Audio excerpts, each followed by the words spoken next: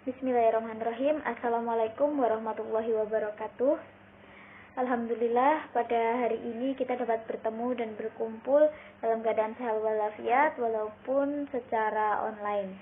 Di sini kami dari kelompok 8 akan mempresentasikan materi yang akan kami sampaikan, yakni tentang perbandingan pemikiran pendidikan Arthur Schopenhauer dan Fazlur Rahman. Baik. Kami sendiri di sini kelompok 8 yang beranggotakan Abim Nur Rahim, dan yang kedua saya sendiri Alfia Nuraini, dan yang terakhir adalah Ana Lailatul Hidayah. Langsung saja. Ya, di sini kita akan membahas yang pertama tentang biografi Arthur Schopenhauer sendiri. Arthur Schopenhauer lahir di kota Danzig pada 22 Februari tahun 1788.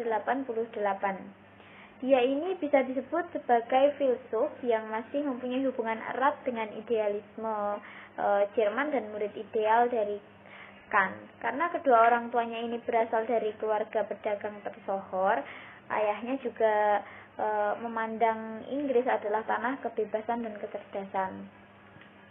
Pada tahun 1799, Schopenhauer sekolah di Hamburg yang terdapat di Inggris sambil mempelajari bahasa kota setempat. Ayahnya mengharapkan kalau Schopenhauer akan mengikuti jejaknya sampai ia rela membiayai anaknya untuk belajar ke Prancis. Sedangkan ibu Schopenhauer ini adalah wanita yang terhormat yang bercita-cita terpelajar. Jadi ia membuka galeri kesusastraan, menulis buku, dan menjalin persahabatan dengan orang-orang yang berbudaya. Schopenhauer ini memiliki jumlah warisan sehingga membuatnya mampu melanjutkan studinya di Universitas Göttingen di tahun 1809. Ia lalu mendaftarkan dirinya di beberapa fakultas, namun pada tahun 1811 ia pindah ke jurusan filsafat, dan pada tahun ketiga ini ia pindah ke Universitas Berlin setelah ia mengikuti kuliah-kuliahnya. Sampai akhirnya di sini Schopenhauer mengikuti kuliah dan terkenal sebagai seorang teolog. Dan ia berkesimpulan bahwa Fichte bukanlah filsuf yang hebat, melainkan seorang pembual. Dan disitulah ia menjadi filsuf terkenal. Pada tahun 1814, Schopenhauer memulai pekerjaannya sebagai penulis dengan karya bukunya The World as Wind and Representation.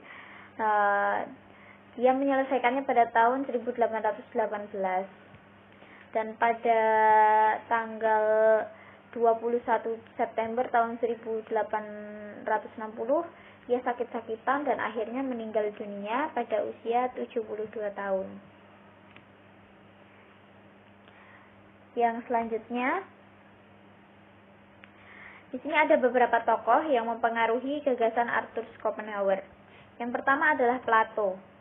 Plato ini merupakan murid Socrates yang memandang realitas sesungguhnya adalah ide, dan hal partikular bukanlah realitas melainkan appearance dunia yang tampak pada indera yang merupakan imitasi dari dunia ide. Dunia ide ada secara real, terpisah, dan itulah realitas yang sesungguhnya. Plato beranggapan bahwa pengetahuan yang dihasilkan oleh akal memiliki kedudukan yang lebih tinggi dari persepsi indera.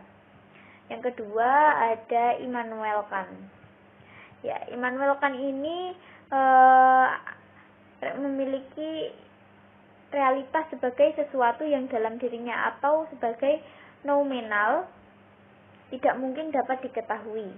Nominal ini menghadirkan dirinya pada pikiran sebagai fenomenal yang dimaksud ini merupakan produk bersama dari pikiran dan data indrawi yang menjadi mungkin hanya karena pikiran mampu mengendalikannya dalam ruang dan waktu. Pikiran tidak mampu mengetahui apa yang disebut dengan suatu dalam dirinya, sedangkan pikiran hanya mampu mengenal fenomenal karena memiliki kemampuan untuk itu, sehingga fenomena kemungkinan diketahui. Yang terakhir adalah Friedrich Schiller. Filsuf ini penganut filsafat India. Dalam karyanya menulis buku Mythologische Loxion yang memuat ajaran filsafat timur yang mempengaruhi Schopenhauer seumur hidupnya. Schopenhauer sendiri selalu membaca Upanishad yang dikonsumsi dalam ajarannya tentang dunia sebagai ide itu mendapat kesesuaiannya dengan ajaran tentang maya. Ajaran selanjutnya menjadi ajaran bahwa dunia itu hanyalah penampakan-penampakan, maka maya. Kalaupun dunia itu maya, lalu tubuh, binatang, tumbuhan, alam seluruhnya adalah presentasi yang tentunya juga maya. Untuk selanjutnya adalah pemikiran dan pendidikan perspektif Arthur Schopenhauer yang nantinya akan dilanjutkan oleh teman saya Abim Nur Rahim.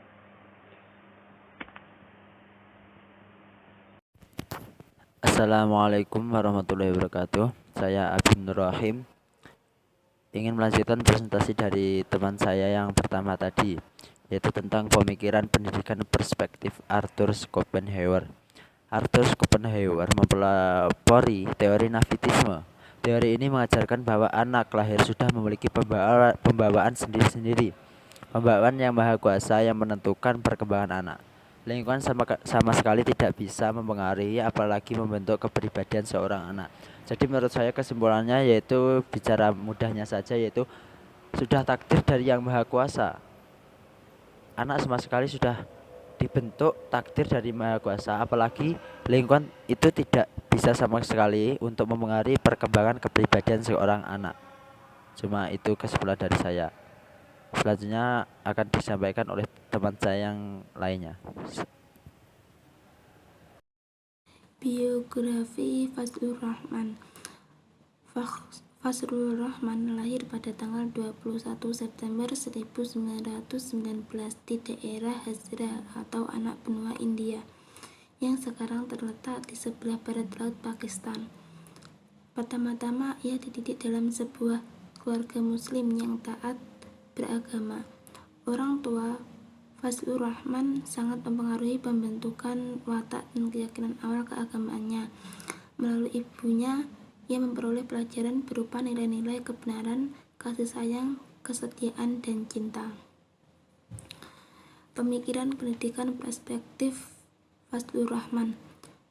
Fazlur Rahman berbicara tentang berbagai aspek fundamental tentang pendidikan, antara lain tentang dasar pemikiran pendidikan Islam, termasuk strategi pendidikan sekarang. Menurut Fazlur Rahman cenderung bersifat defensif, yaitu hanya menyelamatkan pemikiran kaum muslimin dari pencemaran dan kesusahan yang ditimbulkan oleh dampak gagasan-gagasan berat yang dapat melalui berbagai disiplin ilmu, terutama gagasan yang mengancam kerusakan standar moralitas tradisional Islam, antara lain 1.